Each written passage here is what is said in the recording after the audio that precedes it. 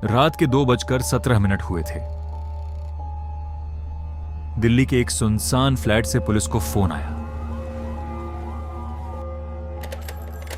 Phone पर बस भारी सांसों की आवाज थी, फिर एक धीमी आवाज आई, मैंने उसे भी मार दिया जैसे बाकी 7 को मारा था। और उसके बाद लाइन कट गई।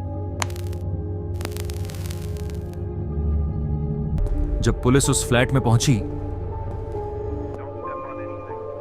तो वहां एक लाश, खून से भरी दीवारें और एक काली डायरी मिली।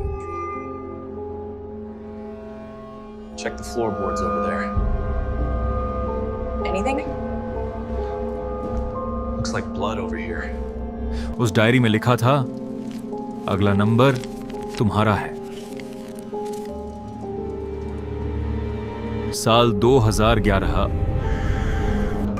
उत्तर भारत के कई शहरों में लगातार लोगों के गायब होने की खबरें आने लगी। We have breaking news tonight. Authorities are searching for these individuals who disappeared from the city. पहले पुलिस को लगा यह सामान्य गुमशुदगी है, लेकिन कुछ महीनों बाद जंगलों और सुनसान जगहों से लाशें मिलने लगी। Check the perimeter over there. Copy that. I'm on my way. सभी लाशों में एक चीज समान थी, शरीर पर अजीब कट के निशान, आंखों में डर, और पास में एक छोटा कागज जिस पर लिखा होता था, मैं देख रहा हूं। पुलिस समझ चुकी थी यह किसी साइको किलर का काम है। डॉक्यूमेंट्री रिपोर्ट के अनुसार किलर का तरीका बहुत अलग था। वह अपने शिकार को पहले कई दिनों तक देखता था। उनके घर के बाहर खड़ा रहता, सोशल मीडिया देखता, उनकी आदतें नोट करता, फिर सही समय आने पर वह अचानक हमला करता। कभी रात में, कभी सुनसान सड़क पर।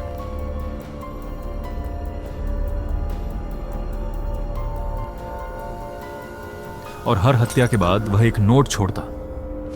डर महसूस हुआ। एक दिन पुलिस को एक सीसीटीवी फुटेज मिली। वीडियो में रात का समय था। एक आदमी काली हुडी पहने सड़क पर चल रहा था।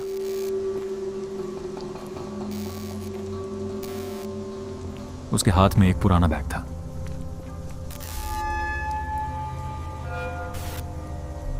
जब कैमरा झूम हुआ तो उसके चेहरे पर अजीब मुस्कान थी, जैसे किसी को मारकर वह खुश हो रहा हो। लेकिन उसकी पहचान अभी भी रहस्य थी। एक लड़की रिया इस किलर से बचने वाली पहली इंसान थी।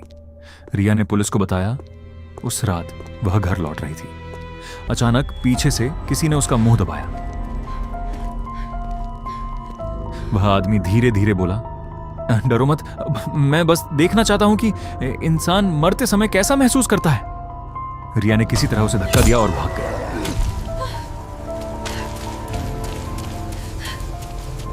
लेकिन जाते समय उसने किलर की आंखें देखी, पूरी तरह खाली, बिना किसी भावना के। आखिरकार पुलिस को वह काली डायरी मिली। डायरी में हर हत्या का विवरण था। उसमें लिखा था, पहला शिकार, बहुत डर गया था। तीसरा, जल्दी मर गया, मजा नहीं आया। छठा, सबसे ज्यादा चिल्लाया। और आखिरी पेज पर लिखा था, मैं राक्षस नहीं हूं, मैं बस इंसानों के डर को समझना चाहता हूं। जांच में पता चला कि यह किलर कोई आम अपराधी नहीं था। वह पहले एक मनोविज्ञान का छात्र था। नाम था अभय मेहरा।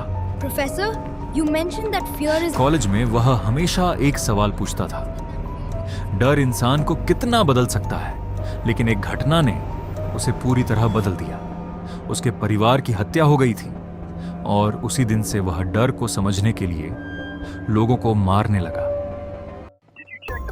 पुलिस को खबर मिली कि किलर एक पुराने फ्लैट में छिपा है। रात को पुलिस ने फ्लैट घेर लिया। दरवाजा तोड़ा गया।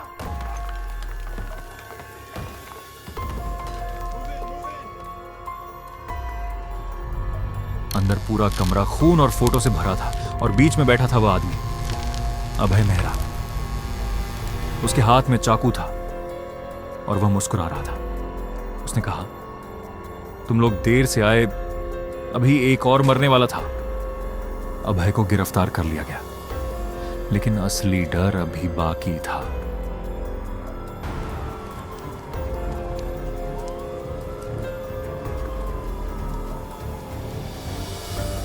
जब पुलिस डायरी के आखिरी पन्ने पर पहुंची तो वहां लिखा था, अगर तुम ये पढ़ रहे हो तो शायद मैं पकड़ा जा चुका हूं, लेकिन याद रखना मैं अकेला नहीं हूं।